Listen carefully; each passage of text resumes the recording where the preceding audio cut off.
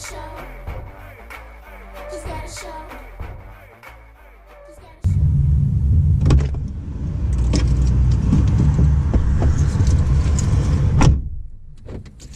guys, I am so excited about our next guest, Kosine. You know him from The Interns.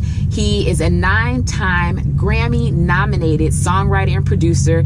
He's produced some bangers for some people you may have heard of. Nicki Minaj, Rihanna, Justin Bieber, Big Sean, Nas, just to name a few. And you can catch him on BET's Mancave. So, yeah, without further ado, he should be walking up any second now. Hey, Kosine. Oh, it's raining outside. I know. How are you, Did you bring? I'm good. How are you? Hugs. Oh, man. We give those out. Bring it in. So, I introduced everybody to you before we rolled up to Columbia, and something that I think is really, really dope about you is you graduated from Columbia College 4.0.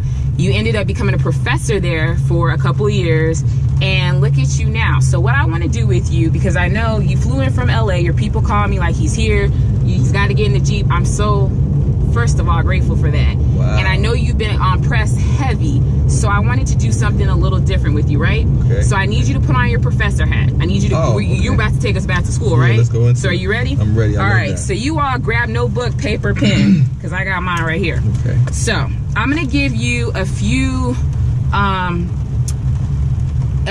important parts of what I think the entertainment and just for creatives, like the industry, embodies. And I want you to give us some gems. Like you could do some storytelling, just educate us on these topics. So I'm gonna give you the first one to make it make more sense. Here we go. So formal education, not just in the music industry, but just overall, if you are a creative person, is it too expensive or priceless to have formal education? Well, it depends on your situation. Okay. You know, you got rich mommy and daddy who set you up in life. You're probably fine. You know what I mean? They probably have that already. So if you have support, you know what I'm saying, and you know your parents are passionate about helping you achieve that, then it's not too expensive. Then go for it. Okay. If that's not a way, it's crazy because content is king. You know, we're doing an interview in the Jeep right now, and there's YouTube, and everybody is trying to help you and teach you something. There's 1 gazillion tutorials on YouTube, so there's ways for you to get proactive. You know what I mean? I think like there's different ways to where you're trying to go in this music business. For me, I can only speak on my personal journey as I went to Columbia, and my mom was like, my job as a parent is done when you graduate from college. Even if I do have cancer and I'm not gonna be there at your graduation, I don't care, do that for me. So I did, you know what I mean? Yeah. And to me, it's just that paper, that degree is a reminder that like, yo man, you can accomplish something. You can finish the task at hand. So yeah. You know. Okay. So your network, how important is that with, again, when it comes to creatives, not just in the music industry, but just across the board? Because you do a lot more than just, you're not only in music, you're a mogul, like you're doing a lot. It's a lot. I'm Hispanic, so I got a lot of jobs. There you go. That's what we do as Hispanic people. You know, we work hard, man. Neither one of my parents were born in this country, so. Panama, what's up? Yeah, viva Panama, viva Guatemala. Hey. So how important is your network? Yeah, so you know, your network is everything, you know, and maintaining relationships is everything. There are certain key people that when I call them, I say the same thing every time. I say, yo, I don't want nothing, I don't need nothing, I'm just checking in. And that's how you maintain relationships. Call your people for no reason. Be genuine. Just, you know, I don't necessarily have the play that's gonna get us out the hood, but I know that you're excellent, and I just wanted to see how you're doing, let you know what I'm up to. And then in those conversations, sometimes it's like, oh, I was just thinking about you this morning because I think you'll be perfect. I have an opportunity for you. Okay. So what you do is you just surround yourself and fill up that phone with people that are on a whole nother level. You can't even believe that they're in your phone. You can't believe it. And those people, just be a service. Just throw love on them until organically the master plan comes and they have an opportunity for you. I like that. Team, do you need one when you first start off? It's always helpful to have a team. It's always helpful. The problem is when you have an incredible team initially, sometimes you're spoiled and you're lazy and you're uneducated because you're in this safety nest. And that was me for a long time. I had a lot of important people, so you couldn't even really get directly to Kosine. You had to go through layer after layer of important person. And then when I got older and different people graduated and evolved and moved to different spaces, and I was by myself, it was like, so what else do you know about business since you just been in the studio for the last 10 years, just making music? And once I got to that place, I had to get out of the studio and now educate myself, you know, and learn how to work all the stations in McDonald's, the fries, the hamburgers, the register. And then as I built my team, I knew what to look for, what specific qualities to look for in, you know, for a CPA, for a financial advisor, for management, for legal, for socials and PR. Those are all different lanes, and you need one person that's excellent at all of that. Okay. But you also need to get some of that experience yourself, so you know, so that they can, you know what I'm saying? Yeah. Like when you work them fries, you like, nah, fam, you gotta leave them in there for 8 minutes, bruh. Them ain't done, because you know what I'm saying? That makes sense. Okay, so your location, how important is that for your career? I mean, you're from Chicago. You're from, what I understand, you're living in LA now. So you've done, I'm sure, some really great traveling over your career. So how important is it? Because some people are like, man, I'm in X, Y, and Z. I'm in this city and it's not popping. I need to move to an LA. I need to move to New York. I need to move to a bigger market. So what do you say to people and how important location is? Well, I mean, that's a great question, because it's really all about like what you want. You know, like I said, neither one of my parents were born in this country, so I was always thinking about Panama. I was always thinking about Guatemala. When you open up the Bible and look at Genesis, like God created the world, so he created he got the whole world, and you just want to stay local. Like I never really understood that mentality. So then as I got older in my travels. Every time I was in the studio with somebody that I admired, like Swiss Beats, I really wasn't all the way concerned with getting a song out of him or doing a song with him. I really just wanted the gym. Like, give me this bar. I know you got a bar for me. You know what I'm saying? And one thing that he told me was travel. He was like, because that's where inspiration is. Because we asked him to backtrack. I was like, yo, fam, you've been in the game for a long time, bro. Like, how you been hot for 10 years, bro? Like, 15 years. Like, this was some time back. And he was like, I travel. And then I started traveling. Then I started like listening to the DJs in different places. We was in St. Kitts, and they on there. It's just that new tune. I got that new tune. But you just catch that wave. You listen to what they singing about. It's just incredible. And then like music, you look at music. Music is very trendy. It just goes from place to place to place. It was in Africa going crazy with the Afro beats. You know, we were in London doing some London house and soul. And now you looking at the Latino world go crazy with Cardi. You know what I'm saying? And Bad Bunny. It's J Balvin with Mi Gente. Like the trends just go around the world. So that's kind of how I look at it. That was a lot. I might have just said a lot. No, we love it. We're soaking it up. This is a blessing to have you here. So thank you. Hustles. How many are necessary for creatives? Because a lot of times, depending on what you do, especially when you get started, you're not making any money. Mm-hmm. So is it important to have multiple hustles? Absolutely. That's the key. And it's like I can't even stress that enough. You know what I'm saying? For me, I was making music and I hit that glass ceiling, man. You know, I didn't win that Grammy for Anaconda, and it hurt, Nikki. This was our moment. Like, this is a #1 in so many countries. Like, we set the record for, you know, YouTube views in a day. I just thought I was about to, why wouldn't I win Rap Song of the Year in my story? Like, come on, Father. And it didn't happen. You know what I mean? And my phone didn't really blow up after Anaconda came out either. It was like, oh, that was hard, but we over here with it. You know what I mean?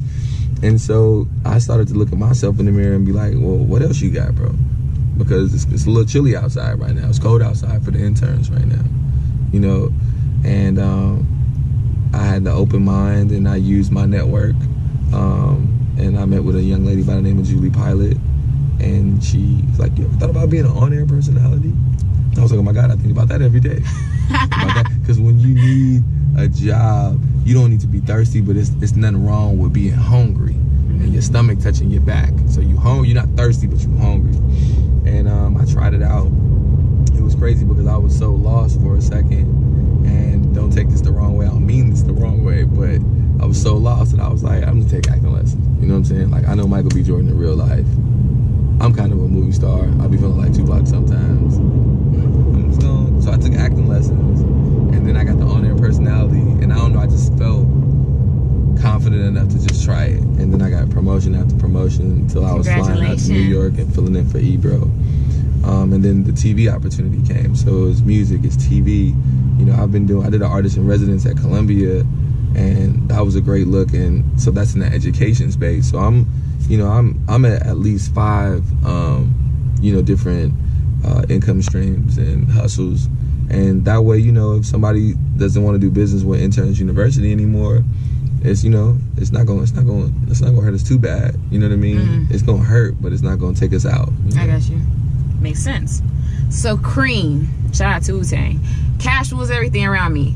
How important is it for people that are coming up and they're struggling financially and they don't have it? Because I did some research. You know, I had to do some research on you because I respect my guests. I like and that. Thank you. I do research for my guests too. Yeah, music. You got to. So I know I've heard you talk about not having it financially, like the struggle when you were first getting started. Yeah. So now looking back on it, how valuable was that struggle for where you are now, and how can you communicate that to us that are still coming up and struggling? I didn't just struggle once, man. I'm hard-headed, and I had a real MC Hammer spirit. You know what I'm saying? I like to be fly. I like that. You know what I'm saying?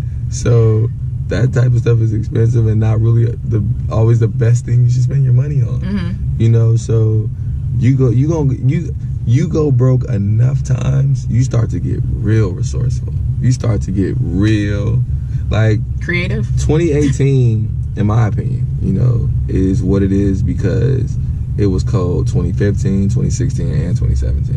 And all I did was plan the whole time because I have faith and I believe in the Father and I know brighter and better days are on the way. You know, so one thing that I never did, I didn't even do it when I was at Columbia. I didn't plan. If I had a 10-page paper the day before, we ain't sleeping. That's where that quote come from. Sleep ain't really sleep when you constantly dreaming of waking up the world. Like, I don't sleep like that, you know what I'm saying? I'm making music, and so, you know, that got me all the way to the 30s. Being Mr. Sporadic Aquarius, that I got to 30 with that. You know what I'm saying? Okay. After 30, it was like, yo, you are a father, and you need to plan your life, and you need to have an organized calendar, and you need some self-discipline. You need to know how to starve the flesh. You have to get your shit together. And so it's just a different walk, you know what I'm saying? A more intentional walk. I know I maybe shouldn't do this. I'm gonna make it really fast, but when I was doing my research on you, I'm like, this is a guy, and I don't know if this sounds corny or not, I don't even care, but I want to be friends with him. Like, he just seems like a great person. So, and we'll talk about it, we'll get more into this later, but my sister, I have 2 sisters, he saw Poopy Monster was calling. That's a whole nother story. That's the oldest sister in my phone. Wait to meet Poopy Monster. Kenyatta, you hear this, right? You hear this, Kenyatta. Fire in the game! You hear this, Kenyatta, right? So I don't even know if she knows that's what I have her saved in my phone. But anyway, so then there's my older sister, whose name is Regina. She was born in Panama, and she's an Aquarius. So when you said that stuff, I'm like, shout out to the family. Hermana. That's for you, Gina. Okay. So I'm so sorry. So let me get back on track. we were just having a moment. Quick shout out moment real quick. Okay. Out the way. So the balancing act. How and why is that necessary? Balance. The balancing act. Yeah. Oh, because you know, it's a package deal. You know what I mean? Like, it's mind, body, soul. Like, when you off balance, you know, you leaning too far one way, something else is lacking, and we can't lack in no area. You know, it's overall excellence. So, you know, to me, it's just about getting a good daily pop, like get a good daily routine. I started to wake up, and it's the hardest challenge too. Like, you wake up and you do not look at your phone for at least an hour or 2. That's hard. You know what I'm saying? Yeah. And, but necessary. Yeah, so I just go out in that backyard, and just, you got that itch, and I'm just staying in the backyard, and I'm walking, and I'm meditating, and I'm praying, and I'm listening, and the birds are just chirping, and I'm drinking my spring water. I might just do some push-ups, and I listen. You know, like, it's crazy because the world is so loud nowadays. The world is so loud, and if you don't find ways to creatively voice to be able to hear, are you out here bad? You out here bad. Okay. And so you can intertwine that into your life, man, and you'll start just realizing the clarity that you have. You're able to plan you a couple steps ahead of the competition. Definitely. Okay. So the last thing is hate and love. How important are they? Oh, and isn't this fun during our interview? Hey, I moved, but I have my thing. See, this is real life stuff, right? Right? Why we almost own that? Ticket. Why you own that? But we didn't get a ticket because I got the thing, so we good. So we got own that though. We got another one. So hate and love. Hey, Chicago, so that don't make no damn. Sorry, that don't make no damn sense. Yeah. She was about to get you. I know, but see, I had to. But we're good. We're good. So hate and love. Yeah. How important are both as far as it coming at you? The haters, the love. Like, I would imagine that at least some of each, I think, would be helpful. Or what do you think? Or is that? That's tricky, man. You got some good questions there. Oh, thank you. You took your time. Thank you. The hate is perspective to a certain extent. You know, you want to be safe at all times. So if it's not that type of, you know, bodily endangerment hate, if it's just hate, you know, fuck that shit, man. You know what I'm saying? Fuck that shit. Like, cause, you know, I hate on myself. You know what I mean? Like, I wake up in the morning, I'm like, man, you ugly. That's why I got on sunglasses. I'm like, nigga, you ugly as hell. Wow. You ugly, man. Like, you know, so by the time I get out to the world, or if I'm late and I'm like, you know, I got that tough skin. Love is so important because, you know, love thy neighbor as thyself. Like, love, like, it's the most high in all of us. So, like, how you're able to love on people and show that is the real measuring stick. You know what I'm saying? And some people know that, embrace that, and are hip to that. Other people haven't got it yet. You know what I mean? But that's really, you really getting judged. There's somebody tallying that up. Like, you don't forgive? Oh, okay. Oh, fuck them? And you just gonna be like that? You gonna be that petty? Okay. And some people know, and some people don't really understand that. So, you know, I feel like, you know, love is sometimes like a fire extinguisher almost, you know what I mean? Like, you just spray people down with love. My auntie be calling me, talking shit sometimes. Marco, you didn't call me. You didn't. I be like, oh, you know, you sound incredible today. And then I saw that picture of you. Oh my, you know, you just sprinkle it with some love, man, and you'll see how life turns in different and better ways. You know what I mean? I like that. So talk about what you have coming up. Well, last night was the season finale of Mancave. Congratulations. So, thank you. I can't wait for people to binge watch it. That's what I want more than anything. You know, people that are watching it week to week, they're like, oh my God, it's only 30 minutes. I gotta wait a whole nother week. It needs to be an hour. And it's just like, you know, but I love y'all because these are our first fans of the show, and thank you so much for jumping on. But the people that are gonna go discover Mancave and watch all 12 episodes in marathon form, right, when they walk away from that piece of black man excellence, that stroke of genius that Jeff was able to conjure up in his mind and bring into fruition, and Slink and Tank, and, you know, when they get all of that in totality, it's gonna be insane. So I'm excited about Mancave. One of my songs is premiered at Empire on Wednesday night. So I got a bunch of records between Empire and Star. Shout out to Lee Daniels. He gave me an incredible opportunity to shift and do music for TV, so that's awesome. I'm on Apple Music Monday through Thursday, 6 o'clock. The Beats One List live. And then I'm dropping music. I drop a song a month with a lot of my super friends. So, you know, it's just time for me to turn up, be DJing and doing shows, and I'm all over, man. I'm just all over. I'm gonna be speaking at graduations. I'm gonna be doing my TED Talk. The Rewrite Your Life thing is now a movement. Congratulations. So that's awesome. I'm hitting them from every angle possible. I love it. It's those hustles we were talking about. Oh yeah. Well, just to wrap things up, I just want to again say how much I appreciate you doing this. Again, I got a call saying you were coming in town from LA. I know you've been crazy since your feet hit the ground with press, and for you to take the time to hop in Cocaina, my Jeep, with me to talk to me. I know you used to have a Jeep. That's a whole nother conversation. Man, that's a whole nother. We can have later. We can have that later. But let's bring it back. Huh? You got your like it? Nice. Like, thank you. Thank you. Jeep. Damn. You gotta love Jeep Wranglers. Right. So They might as well give us some new Jeeps too, just to have. Why not? Because we appreciate them. We do. We definitely do. Hey Jeep. Yeah, hey Jeep.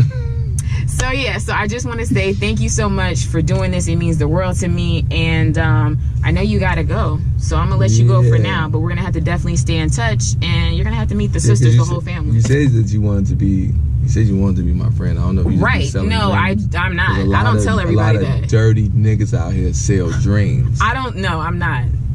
You ain't. You not. No, like, not a Sucio. No Sucio here. And then Poopy Monster, Kenyatta. Yeah, AKA. So yeah. So I'm gonna let y'all go because he's gotta go and I gotta take a picture and stuff with him. But until next time, there's gonna be I won't say, you guys are just in for some fun. I'll just leave it at that. I'm gonna shut up. So we'll see you later. Can I have a hug? Oh, let's hug it out. All right.